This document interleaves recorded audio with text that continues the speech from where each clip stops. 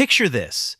You are a man in medieval Japan. You wake up, dress in women's clothing, apply makeup with the precision of a court artist, and walk into a room full of the most powerful aristocrats in the country.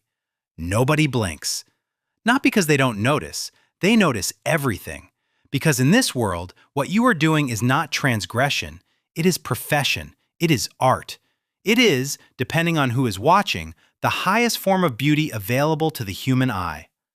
This is not a story about tolerance. Tolerance implies someone was bothered and decided to be polite about it.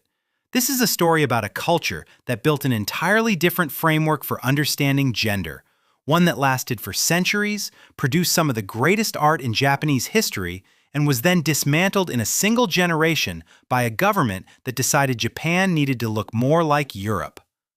Let's start with the word that matters most, wakashu.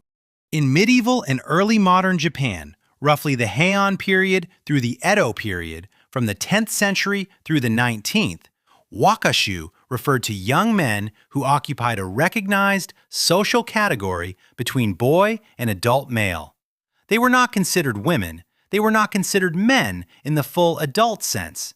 They were something the Japanese social system had made specific space for, a third position in the gender order that came with its own aesthetic codes, its own social expectations, and its own recognized forms of desire. Wakashu wore their hair in a specific style. They dressed in specific colors and cuts of kimono. They were recognized on sight, and they were understood as objects of legitimate desire by both men and women, a fact that the literary and artistic record of the period documents without apparent embarrassment or need for justification. This is not a modern interpretation. The primary sources say this directly. Ihara Saikaku, the great novelist of the Edo period, wrote extensively about desire for wakashu as a normal feature of Japanese social life. His 1687 work, The Great Mirror of Male Love, Nanshoku Okagami, is essentially a celebration of male same-sex desire organized around the wakashu category. It was a bestseller. It was not hidden. Now let's talk about the onagata, because the onagata is where this story gets specifically interesting. The Kabuki theater emerged in the early 17th century, founded, according to tradition, by a woman named Izumo no Okuni, who performed dance and dramatic scenes in the dry riverbed of the Kamo River in Kyoto. Her performances were popular. Other performers followed. And then, in 1629, the Tokugawa shogunate banned women from performing on stage. The official reason was moral concern.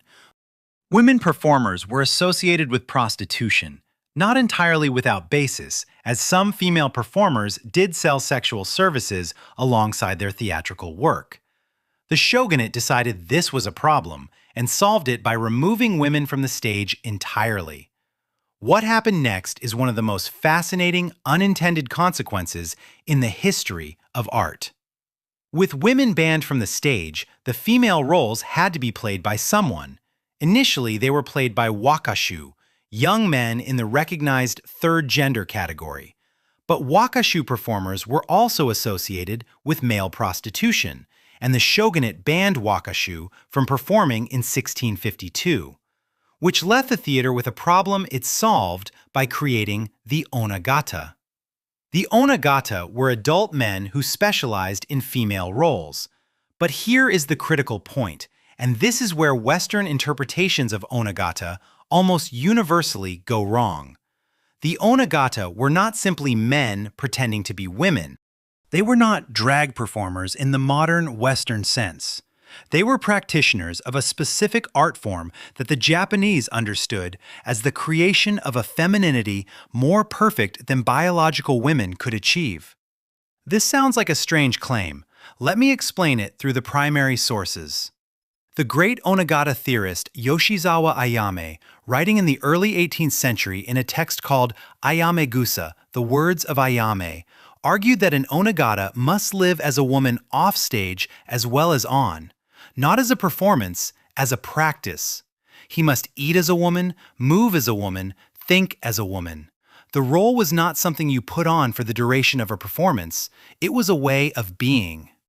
Ayame's argument was that biological women were limited by their actual femininity. They could only be what they were. The onagata, through discipline and art, could create an ideal of femininity that transcended the biological. He was not arguing that women were inferior. He was arguing that art could exceed nature, and in the framework of Kabuki aesthetics, the onagata represented the highest possible achievement of that argument. The audiences understood this. Wealthy patrons competed for the company of celebrated onagata. They were among the most admired figures in Edo period popular culture, their faces on prints, their styles copied by fashionable women, their names known across the country. And here is where the story gets complicated in a way that the simple narrative of acceptance leaves out. The onagata system was not liberation. It was a cage made of silk. Women were banned from the stage. That ban was never lifted during the Edo period. The onagata system flourished, in part, because it served the interests of a male-dominated entertainment industry that had discovered it could create more commercially successful female performances without actually employing women. The celebrated onagata got rich and famous.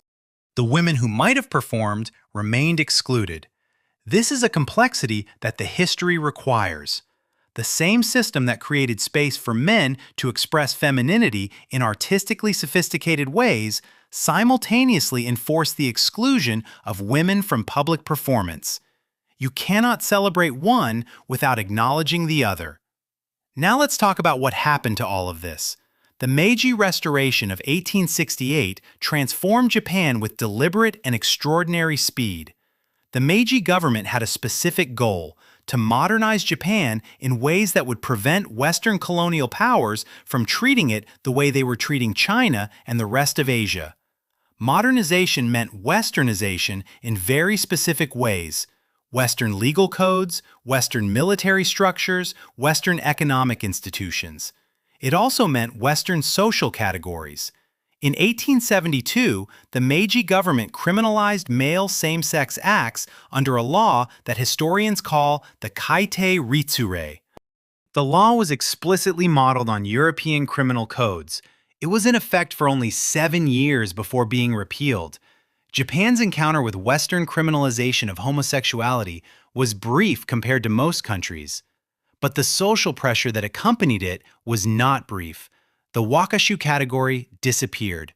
Not because the government specifically outlawed it, the category was too diffuse for that. It disappeared because the social system that had made it intelligible was dismantled. The Meiji reforms changed how young men were expected to present themselves, what careers were available to them, how they were expected to relate to marriage and family. The specific conditions that had produced and sustained the wakashu category ceased to exist. The onagata survived. Kabuki continued. But the theoretical framework that Ayame had articulated, the onagata as the practitioner of an art that transcended gender rather than merely imitating it, became increasingly difficult to maintain within a cultural context that was adopting Western binaries of male and female as the only legitimate categories. 20th century Kabuki onagata are still extraordinary performers, but they are understood differently, as men playing women's roles, a theatrical convention, rather than as practitioners of a distinct gender art that occupied its own category in the social order. The category was not erased by force, it was erased by replacement. The social architecture that had made it possible was replaced by a different architecture that had no room for it. And when the architecture changed, the category dissolved. Not all at once, not by decree, but gradually, as the conditions that had produced it ceased to obtain. Here is what this tells us about how erasure actually works. The dramatic erasures, the chiseled names, the burned libraries, the explicit laws are easy to identify. But the more common form of erasure is architectural. You do not destroy the category directly. You replace the social system that made the category possible. You change the conditions, and the category becomes unintelligible, not illegal, not condemned, simply impossible to sustain in the new framework. The wakashu and the onagata did not disappear because someone decided they were wrong. They disappeared because the world that had made them real was replaced by a world that had decided it needed to look like somewhere else. The art they made is still there. The prints are in museums, the texts are in libraries. Yoshizawa Ayame's words are still readable. The history did not disappear, it just stopped being legible to the world that replaced it. Which is its own kind of erasure, and in some ways, the most effective kind of all.